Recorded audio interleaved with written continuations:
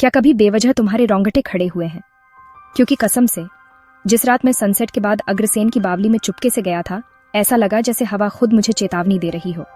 अग्रसेन की बावली दिल्ली के बिल्कुल दिल में पुरानी, रहस्यमयी और कई लोगों के हिसाब से हॉन्टेड। मुझे लगता था ये सब बस कहानियां हैं, पता है। उस रात तक शहर का शोर कम हो गया और अचानक मुझे सिर्फ अपने दिल की धड़कन सुनाई दे रही थी, जो उन 103 सीढ़ियों से नीचे गूंज रही थी। जैसे जैसे मैं नीचे गया, अंधेरा और घना होता गया।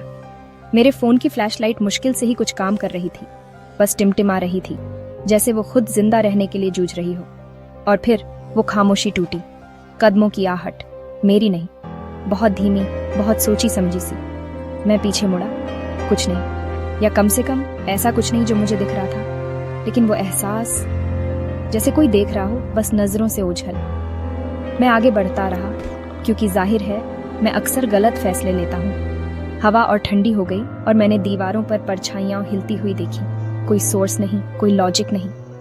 तभी मुझे एक फुसफुसाहट सुनाई दी, धीमी सी, जैसे कोई जल्दी में हो, ठीक मेरे कान में। निकल जाओ। मुझे दूसरी वार्निंग की जरूरत नहीं पड़ी।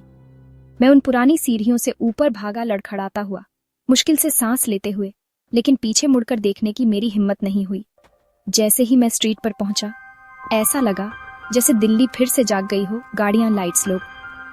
लेकिन वो एहसास, वो कई दिनों तक मेरे साथ रहा। तो अगर तुम कभी अंधेरा होने के बाद अग्रसेन की बावली एक्सप्लोर करने का सोचो, तो याद रखना मेरे साथ क्या हुआ था।